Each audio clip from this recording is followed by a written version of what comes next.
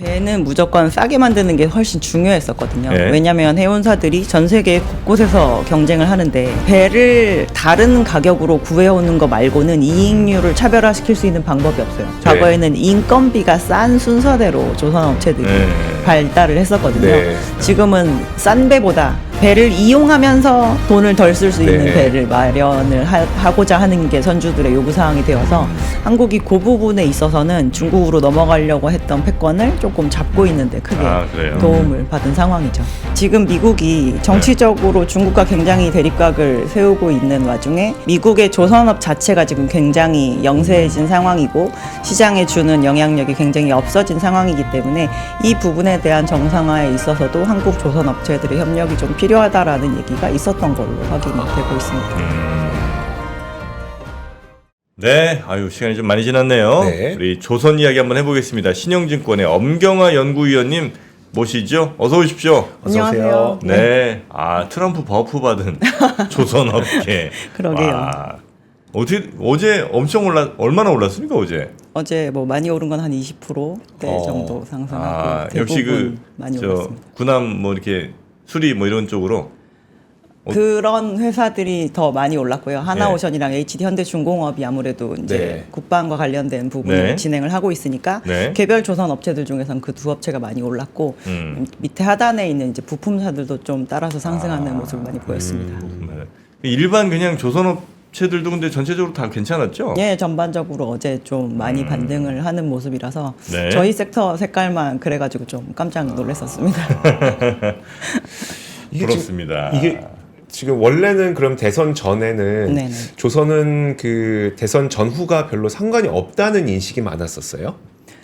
대선 자체가 끝나는 거는 저희는 좀 긍정적으로 생각을 했거든요. 네. 네. 하지만 어느 정권으로 가도 크게 영향은 없다라고 생각을 했었는데 네. 이제 대선이 끝나고 어제 저희 대통령 담화 하면서 이제 미국과 이러한 내용의 얘기를 했다라는 얘기가 나오면서 시장에서 반응이 좀 더 뜨거웠던 것 같습니다.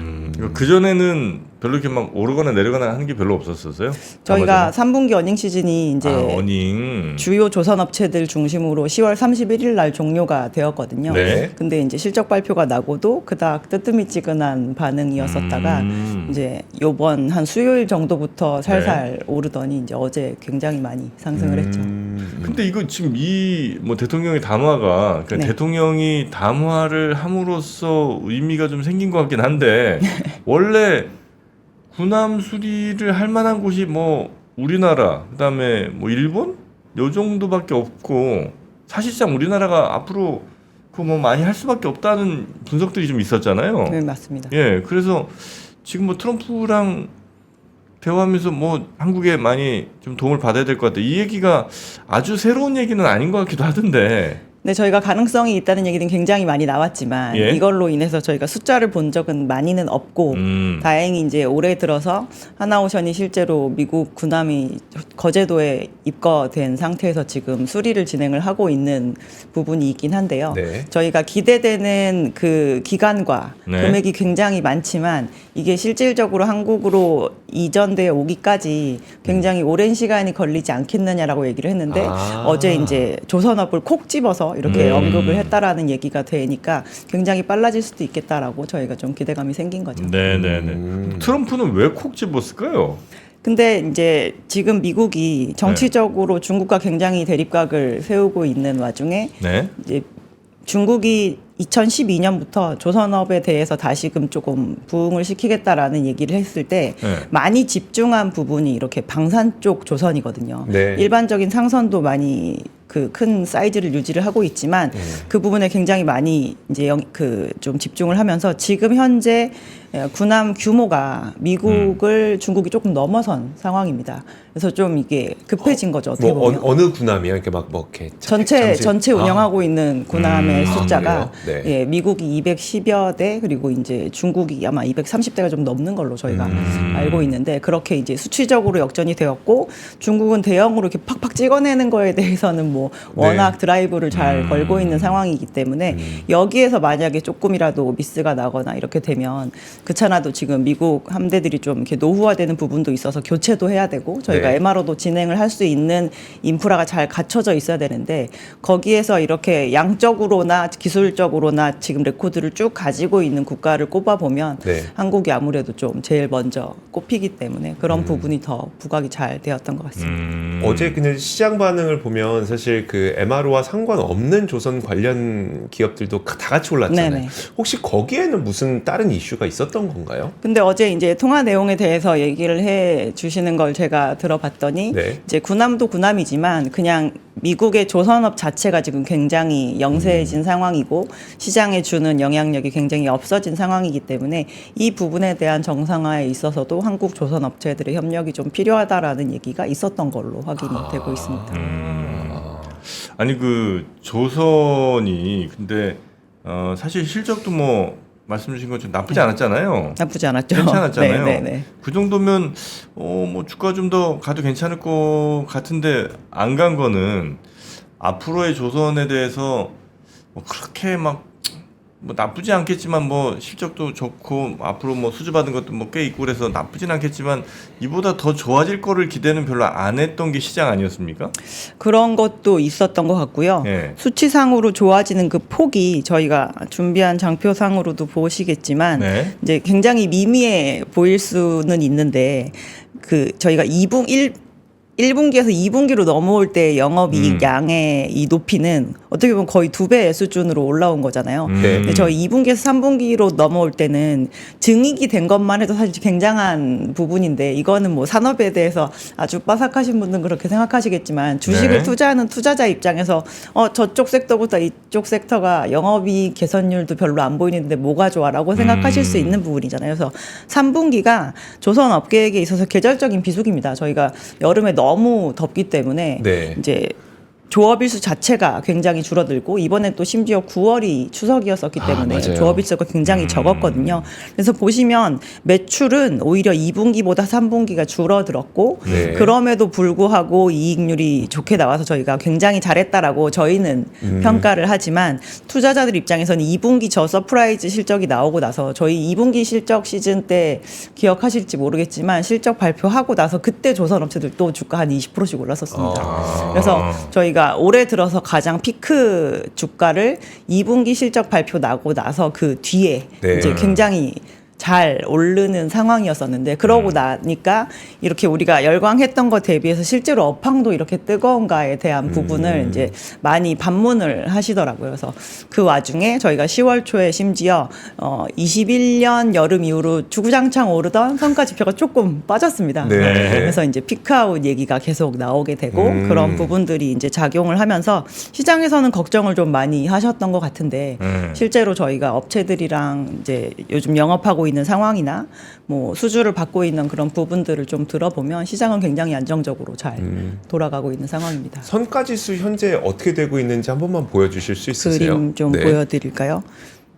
오른쪽은 완전 장기 그림이니까 잘 안 보이시겠지만 왼쪽에 이제 녹색 선을 보시면 끝에 아주 조금 아주 조금 내려와 있는 거를 확인하실 수가 있을 거예요. 이 부분이 조금 꺾였잖아요. 네네. 그래서 이제 이거에 대해서 굉장히 지금 네. 시장에서 민감하게 받아들이는 게 저희가 21년 여름 이후로 정말 쉬지 않고 계속 올라왔었던 상황이었었기 때문에 이게 꺾인다라고 하는 건 시장에서 더 싼 값을 불렀는데도 그거를 조선소들이 받았다는 받아들였다라는 거죠. 거니까 더 싸게라도 수주를 해야 될 이유가 있었나라고 이제 생각을 하시는 거죠. 근데 실제로 시장 자체에는 이유가 있었습니다. 뭐예요? 최근에 중국 조선 업체들 중에서 네. 국영조선소 말고 민간 조선 업체가 일부 도크를 증설을 했거든요. 그래서 저희가 도크를 증설을 한다라는 거 하는 건 이제 만들 수 있는 능력치가 늘어나게 네네. 되는 건데 그렇게 돼서 지금 시장에 2027년에 배를 인도해 줄 수 있는 슬롯이 갑자기 생겨난 상황이에요. 그래서 중국 조선 업체에서 올해 하반기 들어서 수주를 굉장히 많이 해갔거든요. 네. 상반기까지만 해도 수주 점유율이 그렇게 많이 올라오지 않는 상황이었었는데 하반기에 이제 그 부분을 오픈을 하면서 시장에다가 이제 대량 수주를 받게 됐는데 원래 그 정도 수준이면 저희가 보통 얼리 딜리버리라고 이야기를 하고 네. 오히려 더 프리미엄을 붙여서 받아야 되지만 중국은 신규로 생겨나는 설비이기 때문에 수주를 받아서 일단 채워 넣는 게 더 급선무인지라 시장 가격을 조금 양보를 하면서 수주를 진행을 했던 것으로 파악이 되고 있습니다. 안 네. 그래도 저도 최근 수주 점유율 보니까 거의 9대 1이었었죠. 9대1 정도 수준까지는 아니었고요. 누적 기준으로 보시면 네. 저희가 여기 가져왔는데 중국이 거의 70% 정도 수준까지 수주 누적으로 점유율. 보면. 네. 3분기 누적 기준으로 보시면. 아 그러니까 이게 사실 저희가 그동안은 월별로 이렇게 막 수주 실적이 나와도 네. 우리나라에서 점유율이 적은 것도 그렇게 큰 문제가 안 됐던 게 우리는 아니 도크가 없어서 못 받아서 지금 네. 점유율이 낮은 건데 그러니까 이거는 결국 수주 점유율이 낮은 거를 선별 수주를 해서 비싼 걸 받고 있기 때문이다 라는 논리였었는데 네, 맞습니다. 이번에 이제 중국의 도크 때문에 수주가 많이 갔고 그리고 걔네가 새로운 도크에서 그렇게 비싸지 않게 받는다는 말씀이신 거잖아요. 거기에다가 특히나 이제 최근에 받았던 그 선종이 예. 국내 조선 업체들도 많이 건조를 하는 대형 컨테이너를 대량으로 받아감으로 인해서 이제 예전에는 중국은 싼 배만 열심히 만들었다고 생각을 했는데 네. 우리가 만약에 저게 우리한테 들어오는 매물이었으면 우리도 검토를 해봤을 만한 물량이 저쪽으로 갔네라고 이제 시장이 판단을 좀 하게 된 거죠. 네. 그러면 지금 우리는 더 받을 도크는 없는 거의 좀 많이 다 차 있는 상태인 국내 거죠. 조선 업체들은 지금 이제 28년 영업을 진행을 하고 그러니까, 있고요. 네. 약간 제가 무슨 궁금증이 있는 거냐면 수요가 없는 건 아니란 걸 알겠어요. 네네. 근데 사실 기업이 더 확장을 하려면 생산 공정을 더 늘릴 수 있느냐인데 지금 어떻게 보면 중국이 늘리고 우리는 지금 늘리지 못하는 상황인 건가요? 중국이 이제 요번에 늘어난 그 양이 사실 그렇게 많은 거는 아닌데요. 네. 요번에 이제 그래서 이제 7, 8월 들어서 막 대량 수주가 일어나면서 아마 중국도 27년도가 거의 다 채워진 상태일 겁니다. 그래서 국내 조선 업체들은 저희가 그러니까 업황이 한번 크게 꺼졌던 2009년, 10년 이때의 그 증설 상황을 기억을 하는 것 같아요. 그때 저희가 밀려는 들어오니까 수주는 하지만 이 늘린 설비를 사실 어떻게 보면은 미래에도 계속 풀가동을 할 수 있느냐 없느냐에 대한 생각까지 하면서 투자를 네. 진행을 해야 되는데 네. 그 부분이 쉽지 않다라고 지금 국내 업체들은 생각을 하고 있어서 현 수준의 설비를 풀가동할 수 있는 체제만 잘 유지를 해도 네. 우리는 점점 효율화시킬 수 있다라고 생각을 하는 거고 중국은 이제 국영업체는 오히려 지금 합종 연행으로 계속 점점 플레이어를 줄이고 네. 있는 와중에 일부 민간 업체들 중에서 내가 여기서 조금 더 늘려가지고 지금 시장에 있는 이 활발한 수주를 조금 받아서 더 취하는 게 일단은 나로서는 좀 경쟁력을 높이는 데 도움이 되지 않겠나라고 네. 이제 판단을 하는 거죠. 우리 조선이 예전 일본 조선을 싹 뺏겨서 우리가 이제 먹은 거잖아요. 많이 점유율을 가져왔죠. 일본으로부터. 예. 일본 네, 지금 네. 사실상 뭐 무슨 대형 컨테이너선이니 아니면 뭐 LNG선 이런 거 거의 LNG선 조금 하죠. LNG선은 조금 했었는데 그 부분도 거의 줄이고 있는 상황입니다. 그렇죠. 네. 그게 우리에게 반복되지 않을 가능성이 있어요? 일본이 그렇게 그 몰락하듯이. 몰락을 했던 가장 네. 큰 이유 중에 하나는 선주들의 요구사항에 가장 적합한 대응을 해주지 않았고요. 네. 일본이 생각하는 부분에 대한 이제 막 스탠다드화 막 이런 거를 해서 마치 자동차를 생산하듯이 찍어내는 조선을 하겠다라고 시장에다 얘기를 하고 네. 그거를 판매를 했는데 선주들은 내가 만들어 달라고 하는 대로 좀 만들어 달라라고 하는 그 요구가 굉장히 셌거든요. 네. 특히나 2000년 이후에 그 요구가 굉장히 센 상황이었었는데 이제 일본은 그 방향으로 가지 않다 보니까 설계 인력이나 엔지니어링 인력이 굉장히 많이 줄었고 시장의 선택을 받지 못하게 된 거죠. 그렇죠. 그래서 이제 그 부분으로 인해서 넘어온 건데 네. 국내 조선 업체들이 제일 잘하는 것 중에 하나가 커스터마이징입니다. 그래서 그런 부분에 있어서는 오히려 뭐 일본과 같은 길을 걷는다라고 볼 수는 없지만 네. 우리나라도 이제 인력의 노후화나 뭐 지금 가지고 있는 노하우를 다 후대에 물려줄 수 있을 것인가 이거에 대한 고민은 국내 업체들도 여전히 있는 상황이다라고 보셔야죠. 그러니까 가격이 우리나라랑 예를 들어 중국이랑 같은 배 만들면 차이가 얼마나 납니까?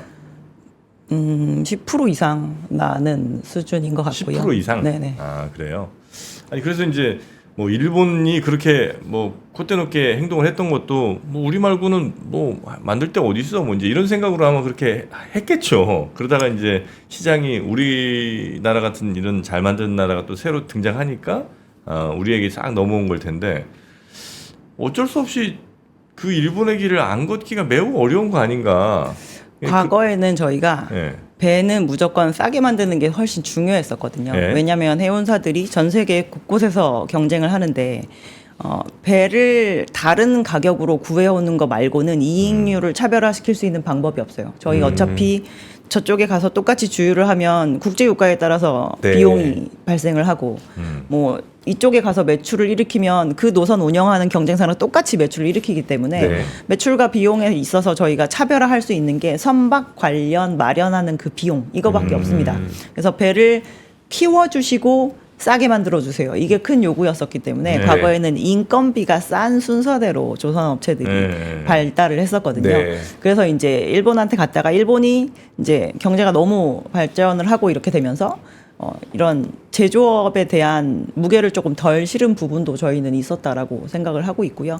국내업 지금은 조금 패턴이 달라진 상황이라 네. 지금은 싼 배보다 배를 이용하면서 돈을 덜 쓸 수 있는 네. 배를 마련을 하고자 하는 게 선주들의 요구사항이 되어서 한국이 그 부분에 있어서는 중국으로 넘어가려고 했던 패권을 조금 잡고 있는데 크게 아, 그래요? 도움을 받은 상황이죠. 그러면 그 아까 우리가 생산단을 더 늘릴 수 있는 투자를 지금은 네네. 이게 좀 약간 주저하고 있다는 건 말씀을 해주셨잖아요. 근데 사실 어떻게 보면 IMO 규제가 몇 년도까지 얼만큼 뭐 이런 것들이 다 정해져 있을 것이고 그리고 지금 노후화된 연식을 갖고 있는 배가 몇 대인지는 다 통계적으로 나와 있는데 그럼 이 시대가 언제까지 이어질지도 조선사들은 다 계산을 하고 있을 것 같거든요. 네네. 근데 왜 못 늘려요? 일단 조선은 굉장히 노동 집약적인 예. 산업이기 때문에 저희가 하나의 도크를 만약에 늘린다라고 사람도 하면 있어야죠. 그 도크에 고정적으로 고용이 되어 있는 인원도 계속 풀가동돼서 일을 할 수 있을 만큼 저희가 앞으로 그만큼의 수주를 지킬 수 있다라는 그 전제도 되어야 되고요. 네네. 조선이 지리적으로 저희가 이 바다에 인접해 있는 굉장히 넓고 그 단단한 지반을 가지고 있는데 조성을 해야 되기 때문에 지금 이 상황에서 만약에 저희가 조성한다라고 하면 국내 조선업체들 거의 다 70년대에 지어졌거든요. 네. 그리고 그나마 제일 나중에 지어진 3호 중공업이 이제 아마 90년대 형성이 됐는데 일단 원가가 아예 차원이 다를 거라서 뭐 그런 부분에 대한 부분도 있고요. 그리고 과거보다 저희가 이런 공정 과정이 그래도 많이 효율화되어 있기 때문에 예전에 이 도크에서 열심히 풀가동해서 맨아워를 뭐 얼마만큼 투입을 해서 만들 수 있는 그 양보다 조금 더 많은 양을 만들 수 있게끔 효율화는 많이 진행이 되어 있는 상태인지라 네. 그 정도만으로도 충분히 시장에 대응을 할 수 있다라는 것이고 말씀하셨다시피 이제 시장에서 뭐 친환경 선박 만들어라 앞으로 배가 얼마만큼 더 필요한데 조선 업체들 왜 빨리 안 만들어주냐라고 하는 거에 대해서 이제 기술로 대응을 하는 거죠. 저희가 지금 네. IMO가 어떤 식으로 이 친환경 선박으로 전환을 해라. 그 대신 지금 안 하고 있는 것 중에 하나가 페널티 부과를 명확하게 네네. 얘기를 안 하고 있는 상태거든요.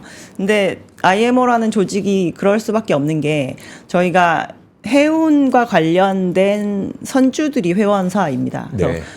저 지금 이제 그런 규제 해도 될 것 같아요라고 찬성을 표를 던져야 실제로 그런 규제가 이루어지게 되는 건데 지금 저희가 4년 가까이 시간을 굉장히 노력을 했지만 시장에서 이중연료 추진 엔진 선박으로 전환된 비율이 엄청 낮습니다. 네. 척수 기준으로 하면 2%밖에 아, 안 그래요? 되고요. 예. 톤수 기준으로 하면 그나마 한 7% 정도 되는데 이게 어느 정도 선으로 올라와서 저희가 이제부터는 이 저등급 선박에 대한 과한 페널티를 조금 부과하겠습니다라고 얘기할 수 있는 그 적당한 시점이 있는데 그거에 아직 도달했다고 판단을 안 한 거라고 생각을 하고요. 네. 지금까지 IMO의 행태를 봤을 때는 저희가 시장에 혼란을 일으키지 않는 선쯤에서 그거를 전환을 하게 되거든요. 그래서 네. 그때까지 교체 시장에서 나오는 교체 수요는 지금의 우리의 캐파와 그리고 지금 이제 과거에 투자를 했다가 뭔가 안 좋아진 중국에 있는 우리나라의 뭐 중국 사업장 아니면은 뭐 동남아 지역에 만들어 놨었던 그런 야드들을 활용을 한다라고 하면 충분히 시장에 대한 수요를 대응할 수 있을 것 같다라고 지금 한국 야드들은 좀 판단을 네네네. 하고 있는 것 같습니다. 그러면 사실 그 선가가 계속 올라간 것 이유 중에 하나가 듀얼 퓨얼로 하면서 제조 원가 자체가 높아진 것도 성과가 올라간 요인으로 작용을 하는 건 맞죠? 저희가 신조 성과를 산정을 할 때 기준이 되는 선박들이 있는데요. 그거에서 이 이중 연료 추진 엔진 선박이 기준치로 바뀐 선종은 컨테이너밖에 사실 없습니다. 그래서 다른 것들은 그냥 컨벤셔널 타입의 그게 기준 선가로 들어가게 되거든요. 그래서 네. 그 부분이 주는 거는 컨테이너 쪽에서는 아마 조금 영향을 줬을 거라고 생각을 다른 하고요. 선종은 아직- 다른 선종들은 아. 옛날과 똑같은 타입으로 이제 집계하고 있습니다. 네. 지금은 조선주 어떻게 들어갈 때예요? 가고 싶으세요? 아니요. 그럼 더 가겠네요. 아, 지금 들어갈 때. 저희는 괜찮아요? 이제 계절적인 비수기 일단 지나갔고요. 저희 네. 4분기와 그리고 내년 이렇게는 어닝 모멘텀이 굉장히 풍성한 시기에 해당이 됩니다. 저희 그래요? 1년 중에 너무 1년 중에 4분기가 가장 그 영업일수가 많고 그리고 저희가 저가 수주 선종이었다라고 얘기하는 그 레코드들이 이제 올해 상반기와 작년을 기점으로 해서 거의 다 지워지고 있는 상태이기 때문에 네. 조선 업체들 이익률이 전에 아마 보지 못한 이익률을 내년에는 확인하실 수 있지 않을까라고 볼 수 아, 근데 있어서 그 트럼프 되고 이제 관세 막 때리기 시작하면 네네. 어쨌든 그 교역량, 물동량 자체가 좀 줄어들 가능성이 높은 거 아니에요? 그렇죠. 저희 그럼 서로는 보복 예전에 관세 저희가 때리고 기억을 하거든요. 2018년 네. 상반기에 네. 관세 부과합니다라고 예고하고 실제로 18년 하반기부터 네. 어떻게 보면 저희 섹터한테는 약간 안 좋은 영향을 줬었던 게 그럴 것 같은데. 해운업체들 교역량이 괜찮을까요라고 하면서 줄어들고 실제로 네. 그래서 해상우님들 많이 빠지고 네. 그 고객사가 저렇게 안 좋아지는데 조선이 좋을 리가 있겠어라고 하면서 이제 안 좋아졌던 게 팩트인데요. 네.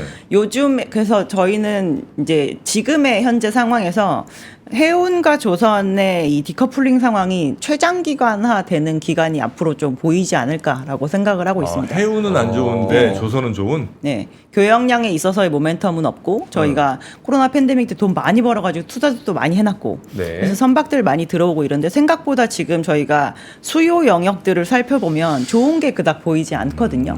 그래서 요즘에 보시면 해운 별로 운이 안 좋습니다. 네. 좀 내려오고 있는 상황이고 올해는 어떻게 보면 해운 업체들에게 조금 보너스 같은 해였어요.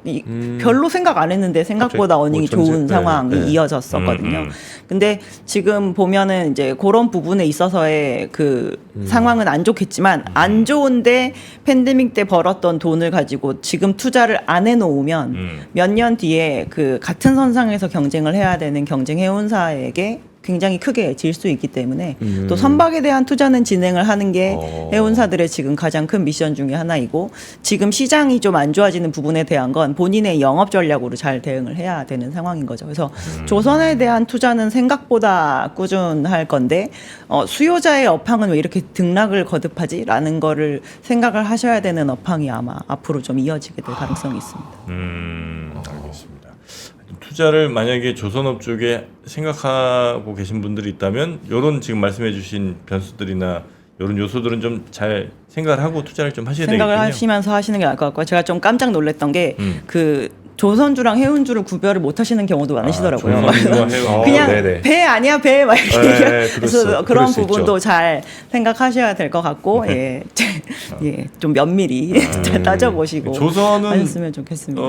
조선이 붙어 있고 해운은 해운이 붙어 있죠 보통 아닌가요 회사 이름에? 다 그렇진 않죠. 아, 그래요? 예, HMM도 해운 안 붙어 있고 아, 페노션도 해운 안 네. 붙어 있고 네. 아 그러네. 아 현대중공업 근데 거긴 또 조선이 안 붙어 있구나. 네. 여튼 조선과 해운 정도는 구분하고 네. 투자하시더라도 네, 네. 하셔라. 그게 나을 것 같습니다. 그게 나을 것 같습니다. 되게 신기하네요. 해운이 모멘텀이 줄어들더라도 조선 주문은 계속 있을 수 있다.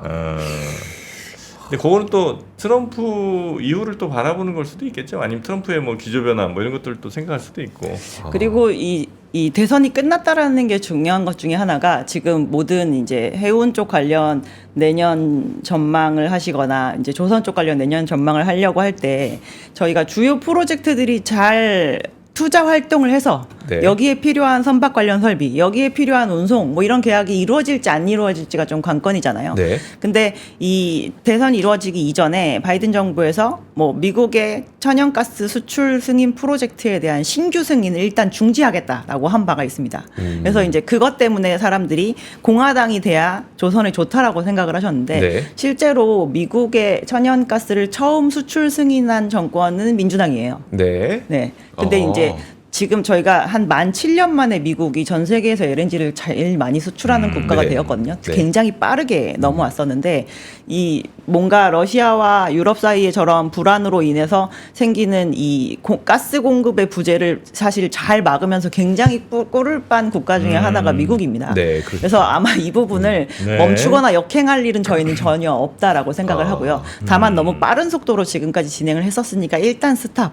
그리고 대선 끝나고 나서 그 다음 정권을 이어가는 사람이 다시 재개를 하는 부분이기 네. 때문에 이제 이러한 부분에 대한 진행이 된다라는 것만으로도 조선이나 운송업에서 그 다음 스텝에 대한 사업 전략을 세우는 데는 굉장히 도움이 되죠. 그럼 트럼프는 계속해서 값싼 에너지, 우리 미국인들에게 값싼 에너지 이걸 계속 주장을 하고 있다 보니까 생산도 많이 늘리고 생산 늘리는 만큼 수출도 늘어날 수 있고 이런 것도 시나리오를 그려볼 수 있는 겁니까? 양적으로 늘려야 아무래도 가격을 조금 조정할 수 있을 네네. 거니까요. 네. 알겠습니다. 엄경화 위원 혹시 위협하는 애널리스트 있습니까? 조선 쪽에? 아직은 없나요? 아유 뭐 모든 동료들이 저랑 항상 위협하고 있죠. 네, 아직 뭐 어림도 없다는 그런 말씀이신 것 같습니다. 네. 아, 대단합니다. 우리 조선의 국모 엄경화 위원과 함께했고요. 신영증권 엄경화 위원 잘 붙잡아 두시기 바라겠습니다. 그러니까요. 여기저기서 접촉이 많이 오고 있죠. 아니요. 자, 엄경화 위원 고생 많으셨고요. 네. 예, 또 뵙겠습니다. 고맙습니다. 감사합니다. 감사합니다. 삶의 격을 높이는 9가지 지혜를 함께 나눕니다. 위즈덤 칼리지 시즌 2 영상 아래 링크를 클릭하시면 자세한 내용을 확인하실 수 있습니다.